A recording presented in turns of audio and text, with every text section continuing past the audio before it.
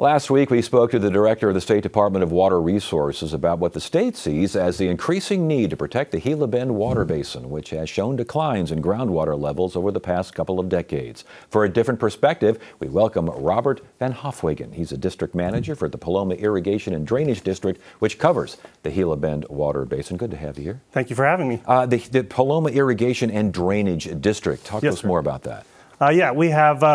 We manage the irrigation water for about 30,000 acres in the Gila Bend Basin, and that represents about 60% of the agricultural acres in Gila Bend. Okay, now we had Mr. Bushotsky on recently, and he talked about the declines over the past couple of decades, and there have been declines. I mean, the numbers are showing declines. That's inarguable. Yes, sir. There are definitely challenges in the Gila Bend Basin for sure. I would say that it didn't happen in a vacuum. The Gila Bend Basin has roughly the same amount of agriculture it did 70 years ago. It has roughly the same amount of development, both in housing and businesses. And so something has changed. And I would argue there's a few other things other than just demand. What would they be? Thank you for asking. The main thing is a 25-year drought. You cannot look at a 20-year period in a 25-year drought and expect to not see anything but bad numbers.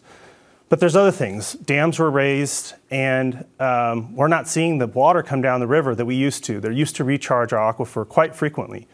And the history shows, going back to the 50s, that our aquifer was fairly stable. I know that the director talked about serious issues with subsidence, and it can create cracks in the surface, land surface, and it can also affect those aquifers in keeping less water coming in. Does he have a point? To the science of that, I'm sure he's accurate. Everyone I've talked to, we have not seen any subsidence, any of the indications that the director spoke of anywhere in our basin.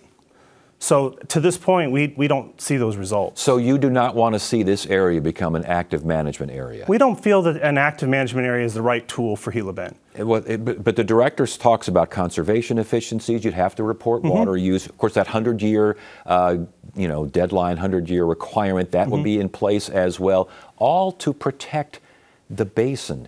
Does that not make sense? I think that reasonable regulation is needed. I don't think that an active management area is the right tool for the Gila Bend Basin.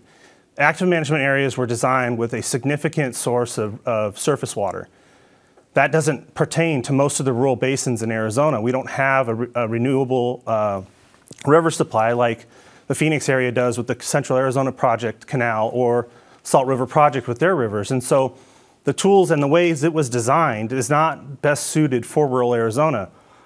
That is why we are supporting Senate Bill 1221. It is a new idea with new tools that both the director and the other people in government have said we need. We need a new tool to manage basins outside of the Phoenix area. What will be the difference between that and being declared an active management area?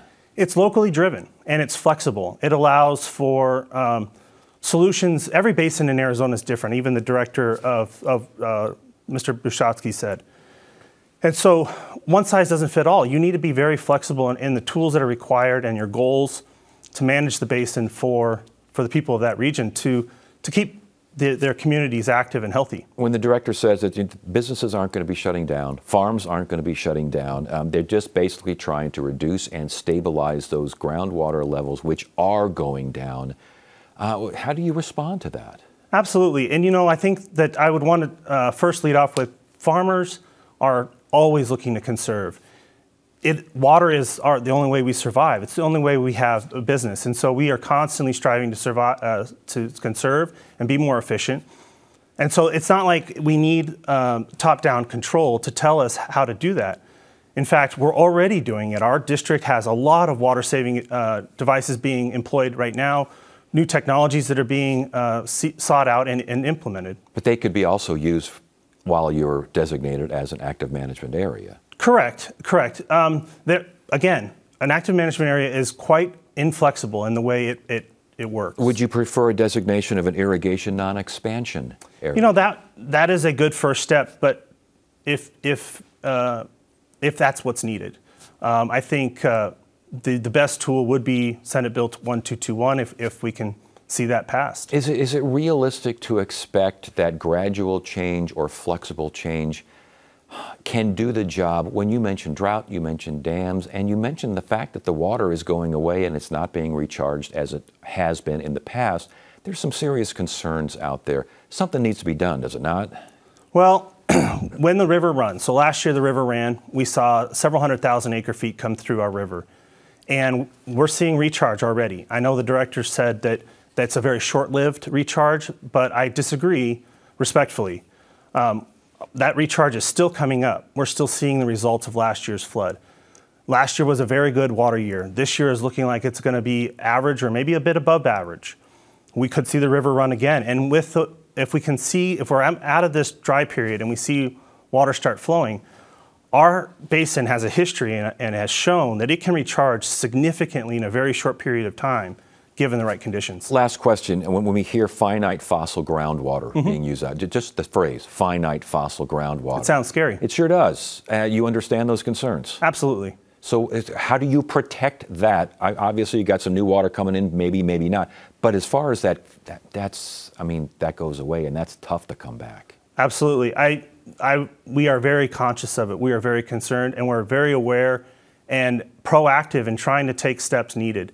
Again, we are for reasonable regulation, ground up, ground driven, locally driven, with the input from the local people. Well, we're glad you had a chance to speak. Robert Van Hofwegen, thank you so much for joining us. We appreciate it. Thank you for having me.